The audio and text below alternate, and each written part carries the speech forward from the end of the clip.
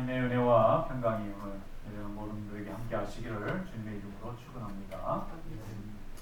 제가 아는 집사님이 한 분 계셨는데 사업을 잘 하셨던 분인데 사업이 굉장히 어려워지기 시작해서 사업을 이제 다 정리를 하게 되었습니다.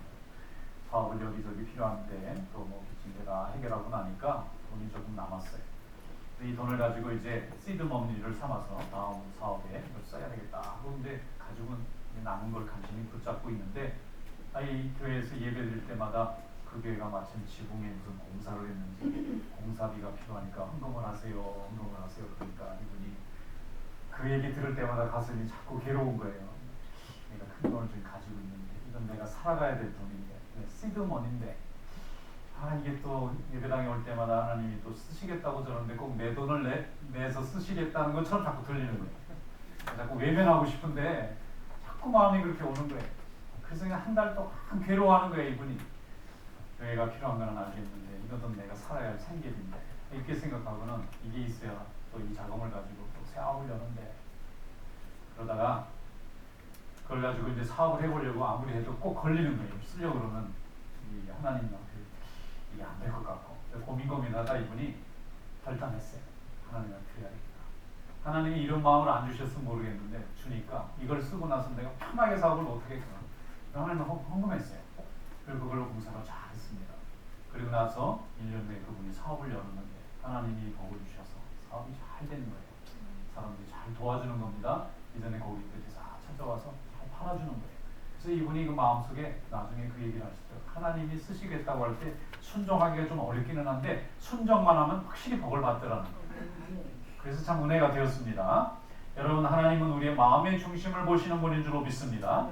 하나님은 우리의 주권자십니다. 우리의 모든 가진 것, 우리 행하는 것, 우리가 앞으로 누릴 모든 것에 대해서 우리 하나님은 주인이세요.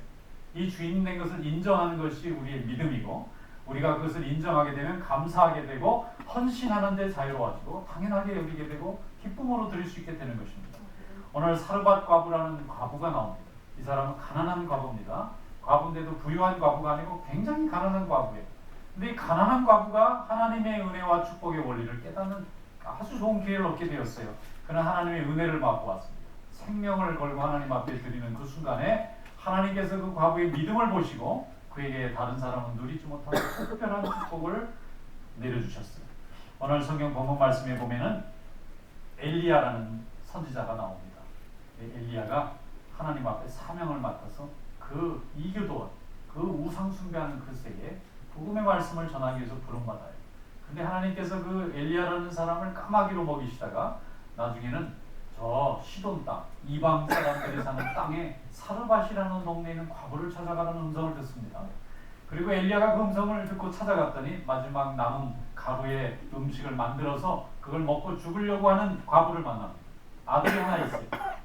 그런데 이 엘리야가 도착해서 그 여인에게 물을 한 잔 달라고 해요. 지나가는 사람이 물 달라니까 그건 줬어요. 네, 드세요. 물을 마시더니 이 엘리야가 먹을 것도 달래요. 이 물 달라고 그랬으면 또 먹을 것까지 달라고. 이 사람이 뭐 거지도 아니고 뭐 낯선 사람이고 또 낯선 남자잖아요. 이분이 선지자인지 아닌지 뭐 본인이 얘기해도 믿을 수도 없고 그런데 이분이 오셔서 물을 달라고 물을 줬더니 먹을 걸 달라고. 그랬더니 이 과부가 얘기합니다. 참 죄송합니다. 우리에게 먹을 것이 없는데 딱 한 끼 남아서 내가 오늘 이걸 먹으면 내일 먹을 게 없기 때문에 내 아들하고 이걸 먹고 죽을 작정입니다. 이건 뭐죠? 못 드리겠다 하는 말을 완곡하게 말한 거예요. 그러면 아유 미안합니다. 그런 형편인 줄도 모르고 내가 그냥 감히 무리하게 먹을 걸 달라고 했네요 라고 말해야 되는데 엘리야가 그걸 날 달래. 그러면 이 사람이 비정상적인 사람이거나 굉장히 무리한 사람이거나 뭐 하나님의 특별한 능력 있는 사람이거나 이거 먹고 죽을 겁니다 하는 그걸 달라고 그러는 사람이 어디 있어요? 남의 목숨을 내놓으라는 거죠 지금. 그런데 엘리야가 그걸 달래. 하나님에게 드리는 마음으로 나를 주라. 모르는 사람, 지나가는 사람, 낯선 사람, 나그네라고 생각하지 말고 하나님의 종이라고 생각하면 날 달래요.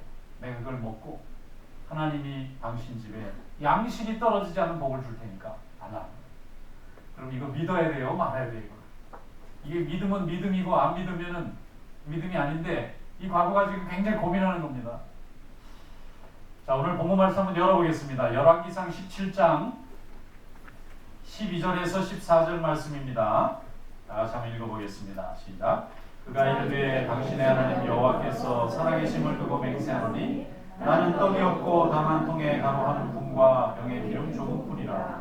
내가 나뭇가지들을 주어다가 나와 내 아들을 위하여 음식을 만들어 먹고 그 후에는 죽으리라. 엘리야가 그에게 이르되 두려워하지 말고 가서 내 말대로 하려니와 먼저 그것으로 나를 위하여 작은 떡 한 개를 만들어 내게로 가져오고 그 후에 너와 내 아들을 위하여 만들라. 이스라엘의 하나님 여호와의 말씀이 나 여호와가 비를 지면에 내리는 날까지 그 통에 가가 떨어지지 아니하고 그 병에 기름이 없어지지 아니하리라 하셨느니라. 아멘. 지금 극심한 가뭄이 계속되고 있습니다. 하나님의 저주를 받아서 그 땅에 비가 내리지 않고 있어요. 그래서 많은 사람들이 곡식을 거둘 수가 없어서 특별히 가난한 사람들의 고통이 많아졌습니다. 부자들은 그래도 많이 저장해 놨기 때문에 나중에 꺼내 먹을 수 있지만 가난한 사람은 그날 걸어 그날 먹어야 되는데 그 양식이 없어져서 배고파서 괴로워하는 사람들이 많습니다. 그런데 하나님께서 그 시돈 땅 사르밧이라는 지역의 많은 과부들 중에 이 과부를 주의 종이 찾아가게 만들었어요. 그리고 엘리야는 뭘 싸놓고 먹은 사람이 아닙니다. 까마귀가 와서 먹을 걸 물어다 놓고 가면 그걸 먹으면서 연명을 하는 선지자인데 하나님이 어느 날 그 과부 집을 찾아가라고 계시를 주세요. 그래서 이 종이 그 집을 찾아갔더니 그 마침 만나는 첫 순간이 이 마지막 음식을 먹고 죽을 각오를 하는 과부를 만납니다. 엘리야도 하나님이 먹여주지 않으면 지금 굶어 죽는 거고요. 이 사르밧에 있는 과부 아들도 하나님이 뭔가 해결해 주지 않으면 죽는 목숨이에요. 다 죽는 목숨이에요. 그런데 엘리야가 이 여인에게 당당하게 말합니다. 내게 그 음식을 주라. 하나님의 뜻이라는 거예요. 이 뜻에 순종하면 당신의 집에 양식이 떨어지지 않는 복을 줄 테니까 믿고 순종하고 그걸 음식을 만들어서 나를 달라. 그러니까 이 과부가 순종합니다. 먹고 죽으나 안 먹고 죽으나 한 끼 더 먹고 죽는 차이밖에 없어요. 지금 이 순간에 이걸 먹고 죽으면 기분만 좋죠. 그런데 그걸 달라고 하는 사람을 안 주고 내가 먹으면 그 사람도 불편하고 나도 불편하고 아마 생각이 복잡했을 것 같아요. 그런데 하나님이 결단하게 하셨습니다. 그리고 그걸 만들었어요. 그리고 아주 정성을 다해서 마지막 음식을 내와 내 아들이 먹지 않고 그걸 달라는 나그네 같은 이 종에게 드렸어요. 그리고 나서 그 다음날 뚜껑을 열어보니까 또 가루가 있어요. 또 마지막 음식이라고 생각을 했어요. 이렇게 주님이 비를 내릴 때까지 3년이 걸렸는데 그렇게 계속 먹는 데 지장이 없게 만드셔서 주의 종도 먹여 살리시고 이 사르밧 과부 아들도 먹여 살리셨어요. 하나님이 역사하신 줄로 믿습니다. 네. 여러분 이 과부가 어떻게 순종할 수 있었어요? 겸손했기 때문에 그렇습니다. 하나님이 먹여주지 않으면 내 인생 보장할 길이 없다고 생각하는 겸손한 마음이 있었기 때문에 주의 종이 달라 하니까 순종했어요. 하나님의 음성이라고 생각하고 순종했습니다. 하나님께서는 우리의 전부를 요구하세요. 우리의 순종을 요구하세요. 우리 순종하는 자를 통하여 오늘도 생명을 살리는 역사를 이루시는 줄로 믿습니다. 이 여인에게 있어서 마지막 양식을 내주는 건 자기 생명을 내놓는 거나 마찬가지입니다. 우리 헌신 속에는 항상 자기의 것을 목숨을 걸고 내놓는 위험과 도전과 모험이 담겨져 있어요. 내가 여유 있는데 내주는 것은 쉬운 일입니다. 내가 내주면 나도 어려워지기 시작할 때가 어려워요. 그런데 그때에 하나님이 우리의 헌신을 요구하시고 우리 하나님을 진심으로 신뢰하고 의지하는지 믿음을 보시기를 원하는 줄로 믿습니다. 베드로더러 예수님께서 오셔서 깊은 데로 가서 그물을 내려 고기를 잡으라고 했어요. 평생 고기를 잡았던 베드로에게는 거긴 고기 없는 줄 압니다. 그리고 밤새 그물 걷어냈기 때문에 귀찮고 불편하고 힘들어요. 그런데 예수님의 말씀을 듣고 깊은 데 그물을 내렸습니다. 그날 많은 고기를 잡았습니다. 그리고 나서 주님을 따르게 되었어요. 사람 낳는 어부가 되었습니다. 그런가 하면 아브라함은 자기 하나밖에 없는 아들을 이제 10살 간 넘은 아들을 제단에 가지고 와서 죽여서 바치라고 제물로 바치라는 하나님의 음성을 듣습니다. 그런데 베드로가 고민 끝에 아들을 데리고 가서 모리아산에 바치려고 할 때 그는 하나님에게 합격을 받고 만민에게 복음을 전가하는 믿음의 조상으로 하나님이 만들어주신 줄로 믿습니다. 여러분 우리가 하나님 앞에 순종할 때는 조건이 붙으면 안 됩니다. 하나님이 필요하다면 모든 것이 다 하나님의 것이라고 나올 수 있을 때 하나님께 우리에게 복을 주실 줄로 믿습니다. 나는 다 순종하는데 내 생계의 문제에서는 안 된다. 나는 다 헌신할 수 있는데 내 아까운 시간 낼 수 없다. 나는 다 헌신할 수 있는데 봉사하는 시간은 나 할 수 없다. 나에게는 물질은 달라고 하지 마셔야 된다. 이렇게 하나님 앞에 제안해 놓으면 내가 하나님의 능력을 내가 제안하는 겁니다. 하나님은 순종하는 자에게 주시는 복은 무한합니다. 한계가 없어요. 리미트가 없어요. 그런데 우리 스스로 우리가 스스로 한계를 정하고 헌신을 제한적으로 하기 때문에 하나님의 은혜가 제한을 넘어서 한량없이 내린다는 것을 경험하지 못하는 것이고, 여러분, 사람도 한계가 있습니다. 근데 한계에 도전하는 사람이 한계를 넘어갑니다. 근데 한계가 있으면 그 안에서만 놀다가 맙니다. 그냥 가둬놓으면 그 안에서만 움직이는 그 짐승과 같이 한계를 뛰어넘는 하나님의 역사와 은혜와 계획이 있는데 우리는 그 한계에 도전해보지 않고 내가 스스로 나는 이 이상은 할 수 없는 사람이다, 나는 이 능력 이상은 발휘할 수 없는 사람이라고 내가 제안을 해놔요. 근데 하나님과 함께 하고 하나님께서 명령하는 일에 순종하면 우리 한계를 뛰어넘는 하나님의 역사를 보게 될 줄 믿습니다. 하나님 앞에 적극적으로 맡기고 나가는 성도 되시기를 축원합니다. 하나님이 어떤 분인가 하는 것을 알기를 원한다면 한계를 뛰어넘는 체험과 헌신을 할 수 있기를 축원합니다. 그러면 하나님께서 우리의 길을 열어주시고 하나님의 능력 가운데 인도해 주실 줄 믿습니다. 시편 37편 5절로 6절에 말씀하기를 내 길을 여호와께 맡기라. 그를 의지하면 그가 이루시고 내 의를 빛같이 나타내시며 내 공의를 정오의 빛같이 하시리로다 그랬습니다. 여호와께 내 인생의 모든 것을 맡기는 자만이 많은 사람 앞에서 정오의 빛같이 아름다운 삶을 사는 경험을 할 수가 있습니다. 창세기 22장에 보면 아브라함이 아들 이삭을 데리고 모리아산에 바치러 갑니다. 그런데 거기 보면 3일 내내 걸어가면서 땅만 보고 걸어갔다는 증거가 나와요.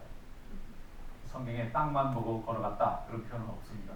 그런데 땅만 보고 걸어갔다는 증거가 있어요. 4절에 보면 제3일에 아브라함이 눈을 들어 그곳을 멀리 바라본지라 이렇게 돼 있어요. 성경 히브리어 원문에 보면 제3일에 아브라함이 비로소 파이널리 마지막으로 눈을 들어서 거기 모리아산을 볼 수 있게 됐다. 그러면 비로소 앞에는 뭔가 복잡한 사연이 있는 거죠. 뭐죠? 이거 바쳐야 되나 말아야 되나? 이 하나님이 정신이 이상해지신 거 아닌가? 아니 어떻게 아버지대로 자식을 잡아서 제물로 바치라는 명령을 내리는 그런 신이 있을 수가 있단 말이야. 이 하나님이 잘못되거나 뭐 고장나거나 문제가 있는 게 아닐까? 아니면 내가 뭔가 부족한가? 3일 내내 아들을 데리고 잡으러 가면서 괴로워하고 고민하고 이거 중간에 그만두고 도망갈까? 이거 하나님 내가 그동안 잘못 믿은 건가? 온갖 고민을 하면서 거기까지 간 거예요. 근데 3일째 되는 때에 하나님께서 그의 마음을 열어주신 겁니다. 하나님은 선한 분이니까 이 선한 하나님이 내게 이런 이해 안 되는 명령을 내리실 때는 내가 이해할 수 없는 하나님의 특별한 계획이 있으신가 보다. 히브리서에는 어떻게 되어 있느냐면 내가 이 아이를 잡아서 하나님 앞에 바치면 하나님이 부활시켜서 내게 돌려주리라. 얼마나 논리가 발전했는지 하나님을 믿는 믿음이 그 수준까지 간 거예요. 하나님이 정신이 이상해진 거다, 가짜다, 없는 거다, 말도 안 된다, 내가 속은 거다. 여기서부터 완전히 자기 한계를 뛰어넘었어요. 어떤 사람도 한 번도 상상해보지 않은 하나님의 성품을 깨달았어요. 하나님은 선한 분이시고 명령하실 때는 반드시 복을 주시려고 하는 거라면 아이를 잡아 바치라고 하는 이 명령을 하나님답지 않은 이 명령을 주셨는데 이것을 향하면 하나님이 부활시켜서 살려서 내게 다시 주시리라. 왜냐하면 네가 날 이 독자 이삭을 통해서 만민에게 조상이 되게 해주겠다고 했다면 다른 아들이 아니라 바로 이 이삭인데, 그럼 하나님의 약속이 맞는다면 이 아이가 죽고 나서 어떻게 만민의 조상이 되느냐 이거예요. 그럼 하나님이 방법은 살려주실 거라는 거예요. 그런데 하나님은 더 좋은 방법을 죽이지도 않고 하나님이 됐다, 이 믿음을 알아보라. 그리고 옆에 수풀에 양이 걸려서 꼼짝 못하는 애가 하필은 또 거기 걸려 있어요. 어느 우리에서 탈출했는지 모르지만 스스로 날 잡아주세요 그러고 거기까지 온 거 아닙니까? 만약에 아브라함이 자기가 하나님께 주신 그 한계를 뛰어넘지 못하고 중간에 의심이 들어가거나 확심이 되거나 미움이 생기거나 두려움이 생겨서 돌아갔으면 양도 구경할 기회가 없고 하나님의 음성을 들을 기회도 없고 이삭을 통해서 이스라엘 민족이 열리고 만민에게 복음을 전하는 복의 근원이 되는 축복을 경험하지도 못했을 거예요. 그런데 하나님의 말씀에 끝까지 순종하니까 하나님이 그에게 복을 내려주신 줄 믿습니다. 우리의 복은 세상에서 남보다 높아지거나 남보다 더 인정받거나 그게 아니다. 하나님이 쓰시는 복이 우리 인생의 복인 줄 믿습니다. 이런 하나님의 축복이 여러분에게도 함께 하시기를 축원합니다. 벼랑 끝에서 만난 하나님이라는 제목을 가진 책이 있더라고요. 제목이 너무 멋있잖아요. 멋있다기보다 좀 아슬아슬하죠. 벼랑 끝에서 만난 하나님이 있을 수 있다.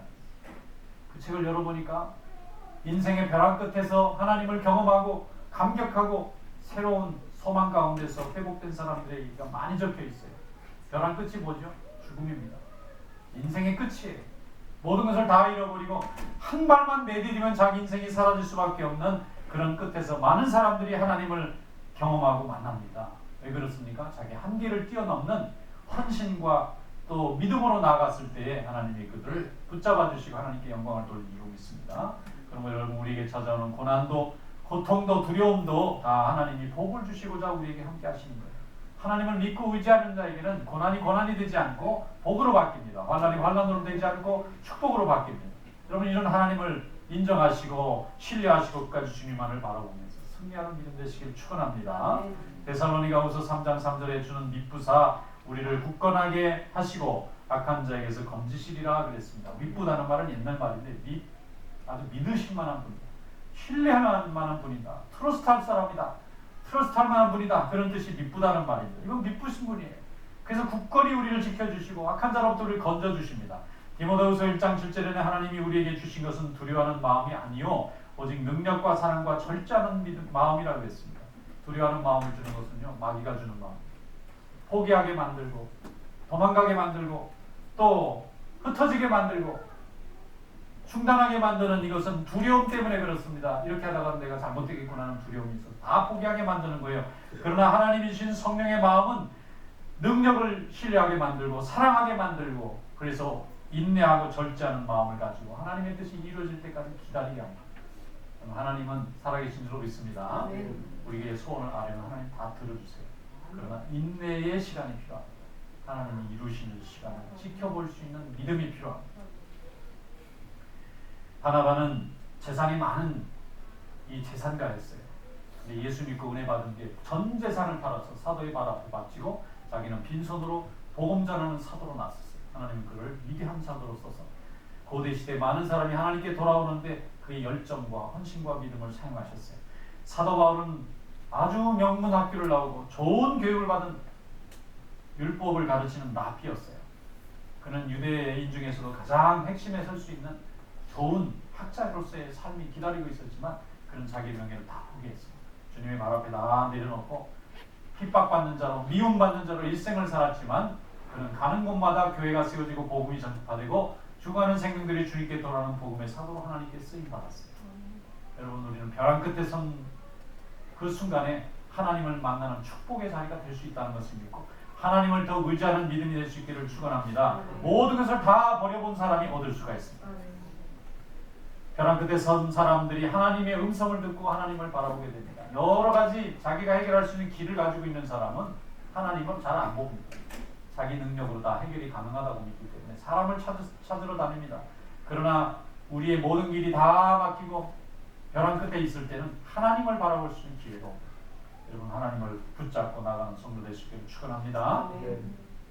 제가 아는 집사님 한 분 여집사님이 계신데 이분은 이제 결혼을 해가지고 이제 신혼이 시작됐는데 너무 가난한 거예요. 남편도 이렇게 가난하고 자기도 가난하고 그래서 어떻게 하면 가정을 좀 일으킬까 그래가지고 이 부인이 또 부지런했어요. 그래서 이 일도 하고 저 일도 하다가 이제 가게를 하나 마련했어요.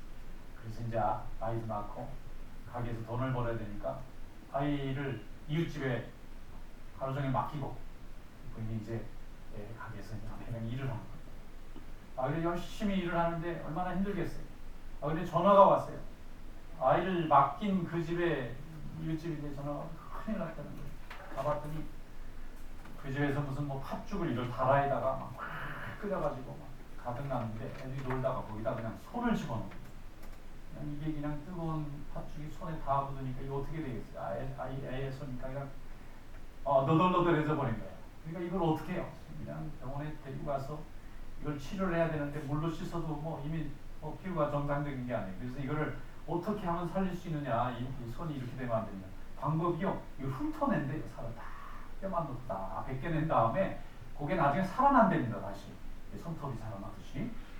이걸 그냥 마취도 안 하고 아이를 하니까 애기 그냥 자지러지고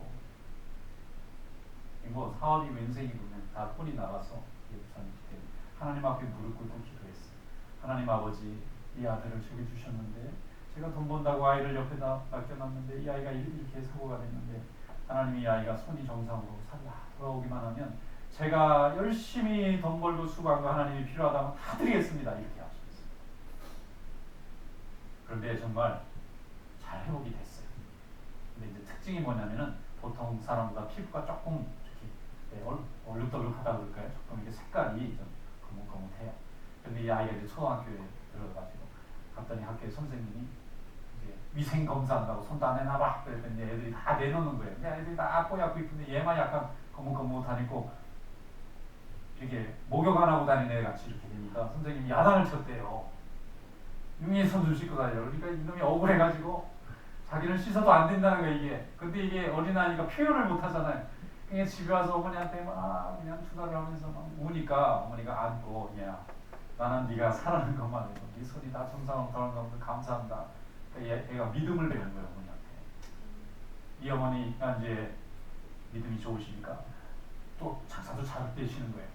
그래서 돈도 잘 벌고 뭐 가게도 여러 개 생기고 교회가 필요하다면 항상 1등으로 오시나 하나님 앞에 약속했으니까. 그리고 나중에는 교인들에게도 인정받고 사랑받고 존경받고 귀한 권사님이 됐어요. 그래서 교회에 뭐 중요한 일이 있으면 항상 이분이 그냥 항상 껴있어요. 항상. 자녀들도 다 잘 자라. 그래서 제가 보았습니다. 하나님 앞에 헌신하는 자의 삶이 하나님 앞에 이렇게 복을 받는구나. 여러분 하나님 앞에 인정받는 하나님의 주권이 여러분과 함께하는 그런 믿음 될 수 있기를 축원합니다. 네. 주님이 쓰시고자 할 때 아름다운 헌신을 통해서 주님께 영광을 돌리고 많은 생명의 열매를 맺을 수 있는 복된 종들이 되시기를 주님의 이름으로 축원합니다. 네. 시편 34편 8절로 9절입니다. 너희는 여호와의 선하심을 맛보알지어다. 그에게 피하는 자는 복이 있도다. 너희 성도들아 여호와를 경외하라. 그를 경외하는 자는 부족함이 없으리로다.